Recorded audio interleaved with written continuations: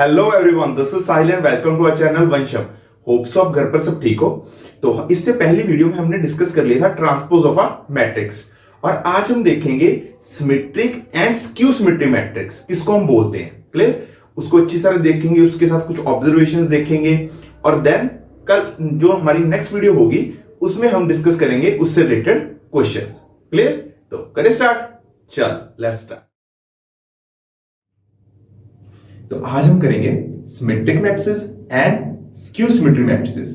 ये हम समझेंगे हम सिमेट्रिक मैट्रिक्स किसको बोलते हैं और स्क्यू सिमेट्रिक मैट्रिक्स किसको बोलते हैं। क्लियर, तो हम स्टार्ट करते हैं। देखो, सबसे पहले सिमेट्रिक मैट्रिक्स ये हम देखते हैं। इससे पहले जो हमने इसकी डेफिनेशन देखनी है, उससे पहले हम इसकी एग्जांपल्स के साथ इसको समझते हैं। देखो, हमारे पास एक ए मैट्रिक्स दी हुई है उन्होंने, ठीक है, 3x3 इसका ऑर्डर है। ठीक है, अब हम इसका ट्रांसपोज निकालते हैं। सबसे पहले देखो, इसका ट्रांसपोज निकालते हैं। चेक करो ट्रांसपोज क्या आएगा हमारे पास। ट्रांसपोज क्या आएगा हमारे पास, फर्स्ट रो को फर्स्ट कॉलम,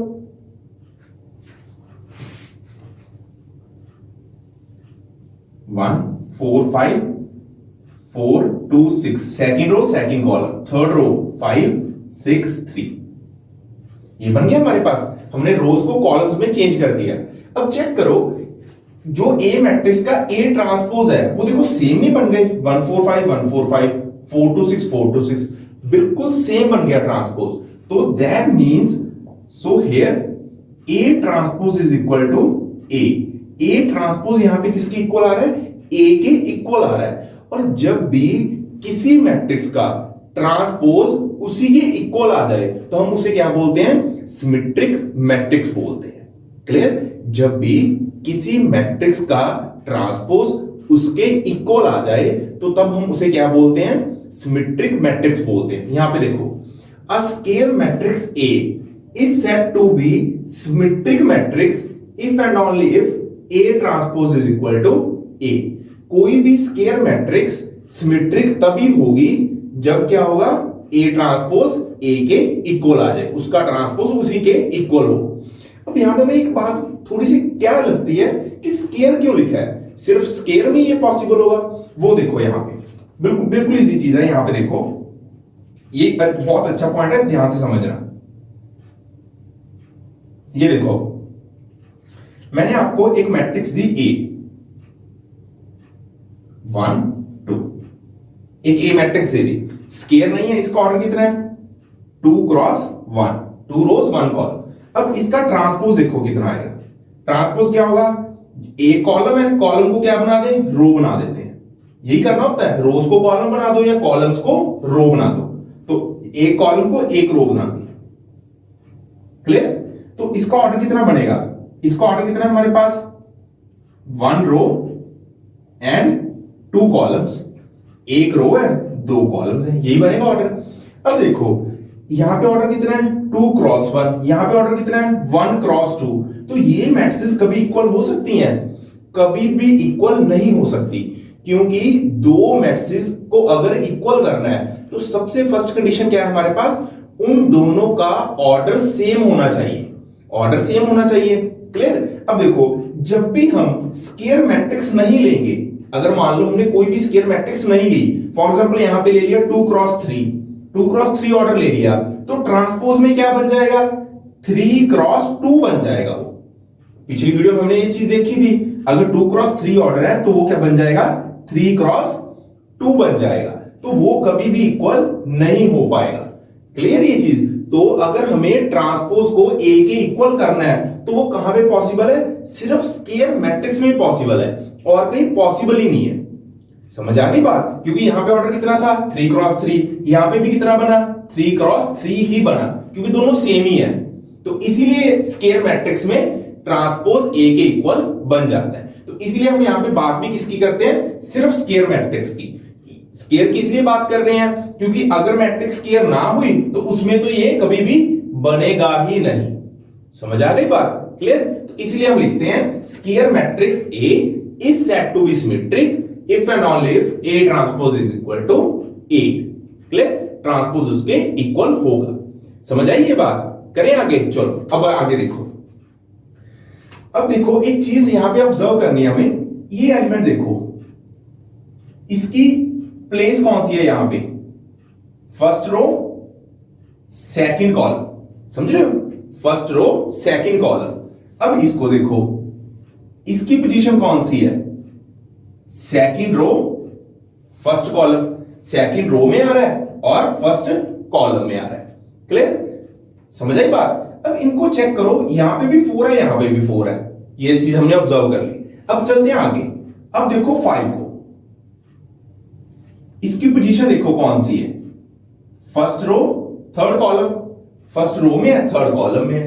अब सेम नीचे देखो, थर्ड रो फर्स्ट कॉलम, तो इसका क्या होगा, थर्ड रो फर्स्ट कॉलम, तो A3 1 बन गया।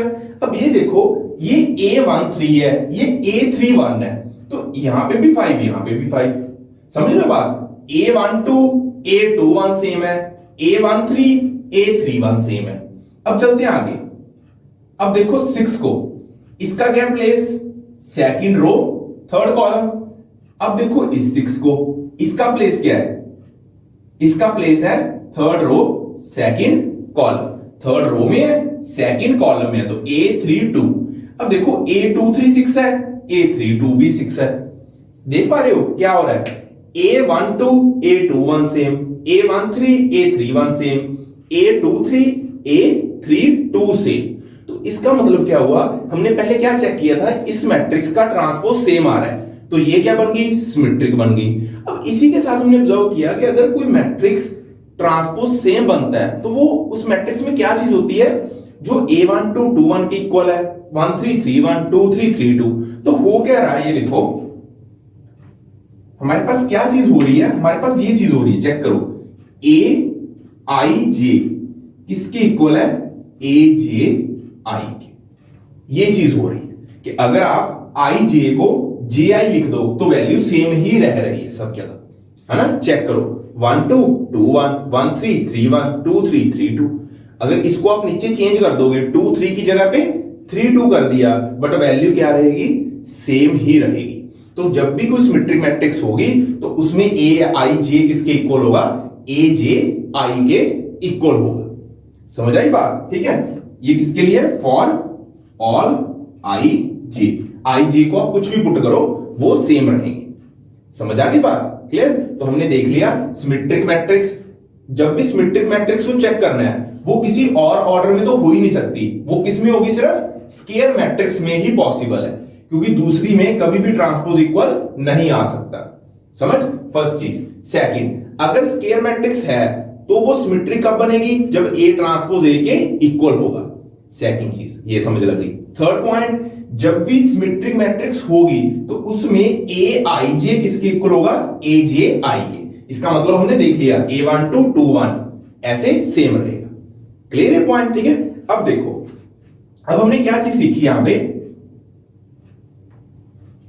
अब अगर हम इस विजुअली देखें तो विजुअली देखने में कैसी लगेगी हमें, ये देखो ऐसी दिखने में दिखेगी। ये देखो, मैं ये एलिमेंट्स छोड़ रहा हूं, डायगोनल एलिमेंट्स। अगर यहां पे A होगा तो यहां पर भी A होगा, यहां पे B होगा तो यहां पे भी B, यहां पे C तो यहां पे भी C। दिखने में ऐसी लगनी चाहिए। डायगोनल को छोड़ के जो ये एलिमेंट्स हैं, इसके बारे में हमने बात की थी स्टार्टिंग वाली वीडियोस में। इन एलिमेंट्स को क्या बोलते हैं, conjugate elements. Conjugate elements equal होंगे, A ये दोनों इक्वल, B ये दोनों इक्वल, C ये दोनों इक्वल। डायगोनल पे कुछ भी हो सकता है, हमें कोई फर्क नहीं पड़ता। समझ आई बात, क्लियर पॉइंट। तो दिखने में ऐसी दिखेगी सिमेट्रिक मैट्रिक्स। समझ आ गया। तो ये थे हमारे सिमेट्रिक मैट्रिक्स से रिलेटेड जो जो चीजें हमने देखनी थी। क्लियर। अब चलते हैं स्क्यू सिमेट्रिक पे। स्क्यू सिमेट्रिक पे देखो क्या है, हमने एक A मैट्रिक्स लिखी है यहां पे, ठीक है। इसी के सेम हम क्या फाइंड करते हैं, A ट्रांसपोज फाइंड करते हैं। A ट्रांसपोज तो क्या करें, फर्स्ट रो को फर्स्ट कॉलम 0 1 -3, ठीक है। Second row -1 0 4, third row 3 -4 0। A transpose find कर लिया। इसी के साथ हम फाइंड करते हैं -A। क्या फाइंड करते हैं, -A तो पता ही है। अब -A कैसे आएगा, इसको माइनस के साथ मल्टीप्लाई कर दो, सभी को माइनस के साथ, तो क्या आ जाएगा 0 -1 3। यहां पे क्या बनेगा 1 0 -4 1 0 -4, यहां पे -3 4 0, -340 माइनस ए आ गया हमारे पास। अब देखो, अब ये चीज ऑब्जर्व करो, इस ए मैट्रिक्स के लिए ए ट्रांसपोज आ गया, माइनस ए आ गया, ये देखो ये दोनों सेम है, 0 -1 3 0 -1 3 1 0 -4 1 0 -4 -340 -340 दोनों सेम है, ए ट्रांसपोज माइनस ए के इक्वल है। तो जब भी ये चीज होगी तो तब हम उसे क्या बोलेंगे, स्क्यू सिमेट्रिक मैट्रिक्स, उसे बोलेंगे स्क्यू सिमेट्रिक मैट्रिक्स। क्लियर है ये चीज, समझ आई बात। तो यहां पे हमारे पास क्या आ गया, A transpose is equal to minus A. तो जब भी ये चीज होगी तो उस मैट्रिक्स को बोलेंगे स्क्यू सिमेट्रिक। क्लियर। अब ये भी किसमें होगी, सिर्फ स्केयर में, होना स्केयर में ही है। उसका रीजन सिर्फ यही है जो हमने यहां पे देख लिया, पहले ही देख लिया, ठीक है ना, कि जब भी अगर आप स्केयर नहीं लोगे तो वो ऑर्डर ही चेंज हो जाएंगे। जब ऑर्डर चेंज हो गया तो तब उसको इक्वल हम नहीं कर पाएंगे। ठीक है, इसको अच्छी तरह से हमने यहां देख लिया। अगर ये पॉइंट किसी को टफ भी लगे तो आप यहां पे इसको छोड़ सकते हो, ये नहीं भी, बस ये ध्यान रखना है कि सिमेट्री कब होगी। सिमेट्रिक होने के लिए क्या चाहिए हमें, एक तो स्केयर और second A transpose is equal to A. Skew symmetry के लिए क्या चाहिए, square matrix and A transpose is equal to minus A. Clear, बस ये ध्यान रखना है। अब देखो A transpose is equal to minus A, तो ये बन गई स्क्यू सिमेट्रिक मैट्रिक्स। ये चीज समझ आई। चलो अब चलते हैं आगे। अब देखो, अब एक चीज आपने यहां पे सबसे पहले जो नोट की होगी कि जो मैंने यहां पे मैट्रिक्स ली है उसमें सब जगह पे जीरो लिखा हुआ है, डायगोनल पे सारे एलिमेंट्स जीरो हैं। उसका रीजन है, क्यों रीजन है, देखो अगर हम मान लो डायगोनल पे सारे जीरो नहीं लेते, मैंने एक कोई बी मैट्रिक्स ली, बस यहां पे मैंने 5 कर देता हूं, 5 किया, बाकी सारा सेम रखते हैं, 1 -3, यहां पे सेम -1 0 4 देन 3 -4 0। बस क्या चेंज किया, ए में क्या चेंज किया, एक जीरो की जगह पे 5 रख दिया, डायगोनल पे एक जीरो की जगह 5 रख दिया। अब इसका ट्रांसपोज देखते हैं, बी ट्रांसपोज, फर्स्ट रो को first column 5 1 -3, then second row -1 0 4, then third row 3 -4 0, B transpose आ गया। ठीक है, अब देखो अगर इसको स्क्यू सिमेट्रिक बनना है तो क्या होना चाहिए, बी ट्रांसपोज किसके इक्वल होना चाहिए, माइनस बी के इक्वल होना चाहिए। अब देखो, अब बी तो पता ही है, माइनस बी क्या होगा, सारी जगह नेगेटिव लगा दो, इसको किससे मल्टीप्लाई करेंगे, माइनस बी के साथ ही मल्टीप्लाई करेंगे ना। देखो माइनस बी कितना आएगा, -b -5 -1 3, यहां पे 1 0 -4 -3 4 0, यही बनेगा -b। ठीक है, अब देखो, अब -b और b ट्रांसपोज सेम आई है, चेक करो, -1 -1 3 3 -4 -4, नीचे देखो ये दोनों जीरोस भी ठीक है, यहां पे 4 4 -3 -3 1 1। बट एक चीज देखो, यहां पे 5 और यहां पे क्या है, -5, तो ये इक्वल नहीं बने, क्योंकि कॉरस्पॉन्डिंग एलिमेंट क्या होने चाहिए, बिल्कुल सेम होने चाहिए। यहां पे -5 है, यहां पे 5 है, देखो बाकी सारे एलिमेंट्स इक्वल है इनके, बी ट्रांसपोज और -b के सारे इक्वल है, सिर्फ कहां पे फर्क है, 5 में और -5 में। तो जब भी स्क्यू सिमेट्रिक बनाना है तो हमें क्या चाहिए, A transpose is equal to -a चाहिए। तो अगर आपने डायगोनल पे जीरो नहीं लिया तो ये चीज कभी भी पॉसिबल नहीं होगी। इसीलिए स्क्यू सिमेट्रिक मैट्रिक्स में डायगोनल एलिमेंट्स हमेशा क्या रहेंगे, जीरो रहेंगे। क्लियर, डायगोनल, ये मैं इसको यहां पे लिखता हूं, ठीक है, diagonal elements in skew symmetric matrix are always zero. Clear, diagonal elements है जो स्क्यू सिमेट्रिक में, इसको हाईलाइट कर लेना पॉइंट को अच्छी तरह से, ठीक है, ध्यान में रखना हमें। क्लियर, ये तो एग्जांपल है बस, बी के लिए हमने बी ट्रांसपोज -b फाइंड किया और उसको एनालाइज किया, ठीक है, क्या डिफरेंस आ रहा है। तो यहां से देखा डायगोनल एलिमेंट्स है जो स्क्यू सिमेट्रिक मैट्रिक्स के, वो हमेशा क्या होंगे, जीरो होंगे। क्लियर, ये पॉइंट समझ आई बात। तो अब हमें क्या पता लग गया स्क्यू सिमेट्रिक के बारे में, एक तो ए ट्रांसपोज -a होगा, और सेकंड चीज क्या पता लगी, जो डायगोनल एलिमेंट्स हैं वो हमेशा क्या होने जरूरी है, जीरो होने जरूरी है इस कंडीशन के लिए। क्लियर, अब चलते हैं आगे। अब नेक्स्ट पॉइंट एक एनालाइज करना है हमें, वो देखो वो क्या है। अब ये चीज देखो, जो ये एलिमेंट है इसका नंबर कितना हमने पहले देखा, A1 2 first row second column, इसका देखो A21, ठीक है, सेकंड रो फर्स्ट कॉलम। अब देखो 1 2 और 2 1 में क्या रिलेशन बन रहा है, ये 1 है, ये कितना है -1, एक दूसरे का नेगेटिव। ये देखो ये क्या है A13 first row third column, और ये क्या है A31 third row first column. तो A13 और 31 में क्या रिलेशन है, ये -3 ये 3, तो ये भी क्या है एक दूसरे का नेगेटिव है एक दूसरे का। समझ आई बात। तो यही चीज यहां पे होगी, यहां पे पॉइंट लिख रहा हूं मैं एक A, इसको ध्यान रखना है इसको अच्छी तरह से, AIJ किसके इक्वल होगा, -AJI। AIJ किसके इक्वल होगा, -AJI। वो यहां पे समझ लिया कि 1 2 2 1, इनमें क्या चीज है, एक दूसरे का नेगेटिव है। तो ये कब इक्वल होंगे, जब नेगेटिव साइन लगा देना।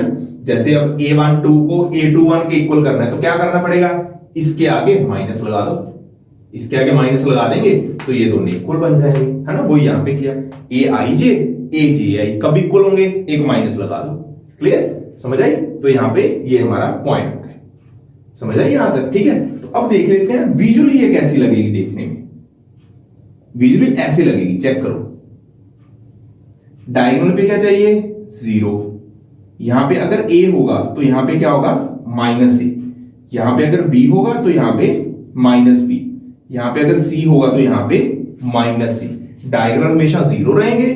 जो कॉन्जुगेट एलिमेंट है वो क्या होंगे, एक दूसरे का negative, A B B C C। तो दिखने में ऐसे दिखे। समझ आ गई बात। तो ये सारे पॉइंट्स हो गए हमारे स्क्यू सिमेट्रिक मैट्रिक्स से रिलेटेड। क्लियर। तो हमने सीख लिया सिमेट्रिक मैट्रिक्स किसको बोलते हैं, उससे रिलेटेड कुछ ऑब्जर्वेशंस, और skew matrix, skew symmetric matrix किसको बोलते हैं, और उससे रिलेटेड ऑब्जर्वेशंस। क्लियर। तो नेक्स्ट वीडियो में हम इससे रिलेटेड सम्स करेंगे।